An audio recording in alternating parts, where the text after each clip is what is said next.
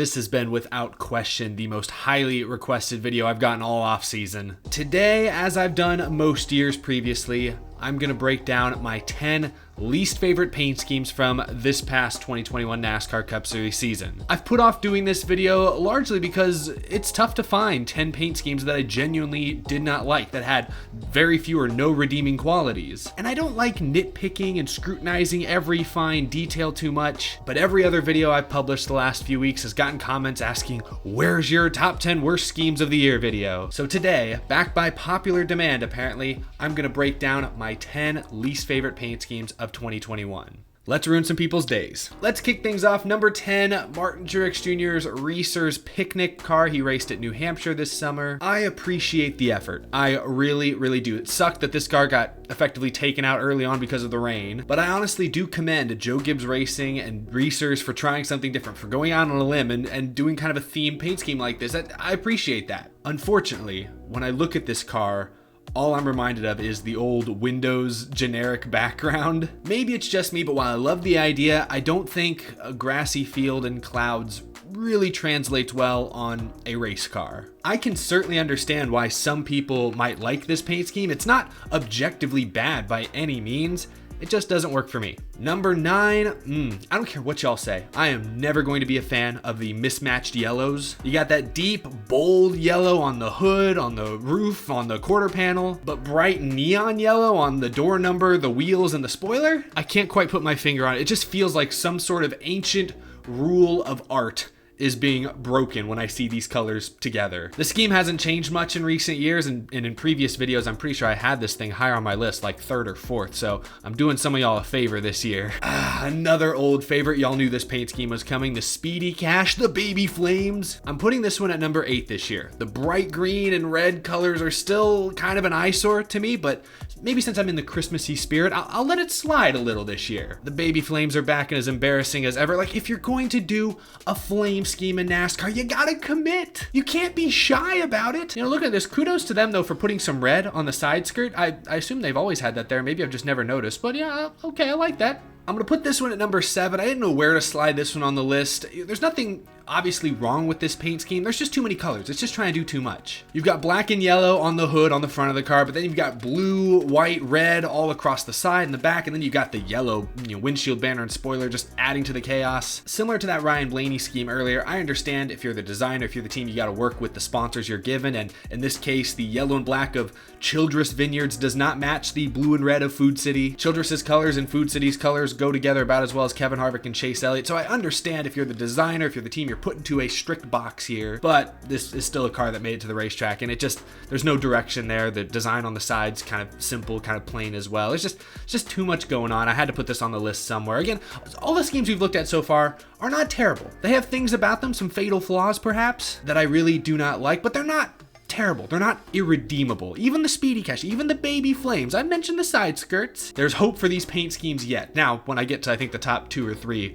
that's when the hope leaves the chat. Let's move on to number 6. I gotta put this one on here. I really don't like this paint scheme. Maybe this is a hot take. I saw this car in person at Daytona, and honestly, I just find these two colors to be unpleasant. The car is themed okay. Like, I appreciate the kind of scaly pattern you see there, like fish scales, and the rear of the car is almost like a salmon color. But the Columbia logo is almost illegible on the hood. That dark black font on a fairly dark blue hood, you just couldn't read it. You can't see it. And honestly, the dark like spike there on the side just feels unnecessary. It feels like that's coming out of nowhere. I had to put this one on the list. Columbia ran 2 cars in this race, and honestly, neither were great. Like, I almost put Eric Jones's car from this race on this list, but at least there you could read the Performance Fishing Gear logo. Everything was very legible. This Bubba Wallace car, the hood especially, you just can't read that logo.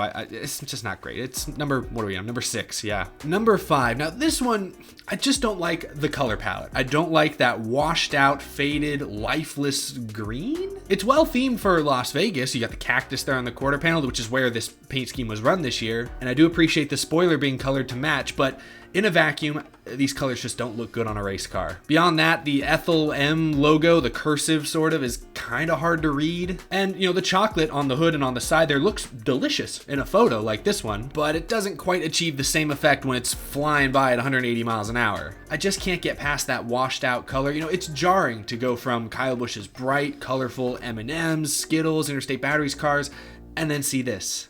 I know it's a candy company, but it does not fit the Candyman brand. I don't know. I don't love this paint scheme. It's NumberFive. NumberFour, I really didn't know where to put this one on the list. This isn't a bad paint scheme. It's just extremely forgettable. I don't really understand what's happening like on the door. I mean, aside from that yellowish color, the pattern, the texture doesn't match the F logo at all. It doesn't help that the sponsor logos in this case are really, really boring. That Autodesk, just plain text on the hood, the plain HaasTooling.com text on the side. Like, it doesn't help that the sponsor logos are bland as heck. And it doesn't help that, again, they're trying to combine two unrelated sponsors into one paint scheme. One whose colors are kind of a yellowish orange, the other is red. Given what they had to work with, this isn't a bad paint scheme necessarily, it's just very forgettable, especially coming from a big team like Stewart Haas Racing. So I didn't know where to put this on this list, but it had to sneak in here somewhere. I'm putting it at number 4. So like I said, these first 7 paint schemes that we've looked at now, they all have flaws, without a doubt, at least in my opinion, but none of them are irredeemable. They all have at least some elements that I can kind of understand or say, oh, okay, they're trying something there. I appreciate that. These last 3 though, oh boy, these are why I had to make this video. Number 3, this. Yes, I know I'm kind of breaking my own rules. Typically when I do these top 10 paint scheme videos, best or worst, I exclude all the throwback schemes that are raced at like Darlington, for example. But am I really breaking my own rules in this case? Like, yes, this was run at Darlington and this was pitched as a Ricky Craven inspired throwback. But aside from the sponsor logo being tied, there are no similarities between this paint scheme and the Ricky Craven scheme they claim to be throwing it back to. Like, look at that. There's nothing there, no similarities. The logo's not even in the same place. Again, you have 2 very different companies that you're trying to blend together, the Kroger blue mixed with the Tide yellow and orange. But to try and pass this car off as a throwback was pathetic and alone warrants its placement on this list. Not to mention the utter misuse of the door space. What's going on? Where are the logos? It's like a ghost town. It's kind of creepy, honestly, how empty the side of this car is. I imagine Kroger and Tide were very strict with their brand guidelines on this one, so I don't really put this on the team and certainly not on the designer.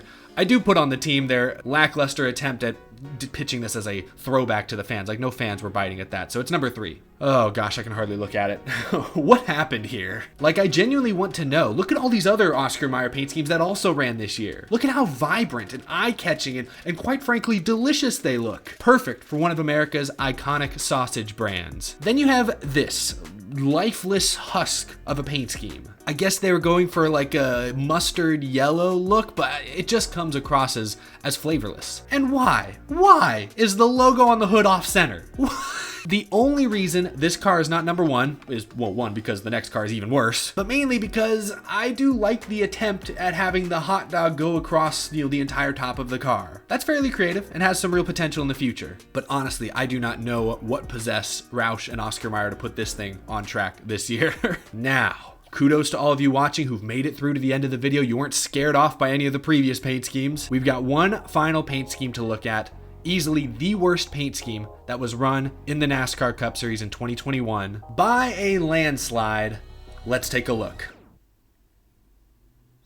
It's pretty bad that a paint company produced by far the worst paint scheme of the season. I can hardly look at this thing. Apparently, this is Axalta's color of the year. It's called Electrolyte, and it makes me want to electrocute myself. I don't know who was responsible for picking this as the color of the year, but I hope they're proud of themselves. This color looks like snot, like actual human boogers. It looks like a patch of dying grass. This is Shrek, the car. I don't even know where to start. Let's try to dive into some of the details.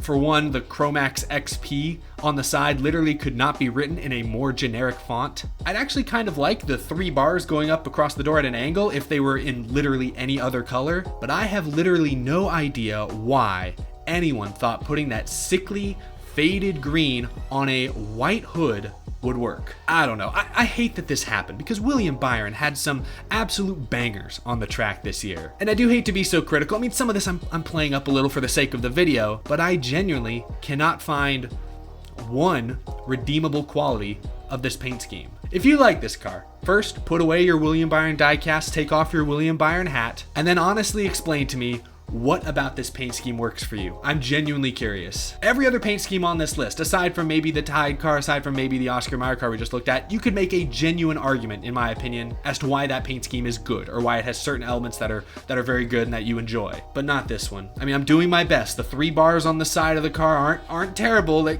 could work with the right colors maybe, but not with electrolyte. I hope this color is retired forever, cast into the fiery pits of paint scheme hell. Wherever bad colors should go, this one should be there. I am hoping and praying that next year's color of the year is literally anything else but this. Anyway, y'all, there's my list. These are my top 10 least favorite paint schemes of 2021. Let me know which ones you agree with, disagree with. Please leave a comment down in the comment section below. I look forward to hearing your in-depth criticism or in-depth defense of some of these paint schemes I chose to highlight. But that's gonna do it for this episode, y'all. Thank you so much for watching. I'll see you all again very, very soon. More NASCAR news to talk about very soon. And I've got some other fun videos planned before Christmas rolls around. So thanks for watching, y'all. I'll see you again real soon.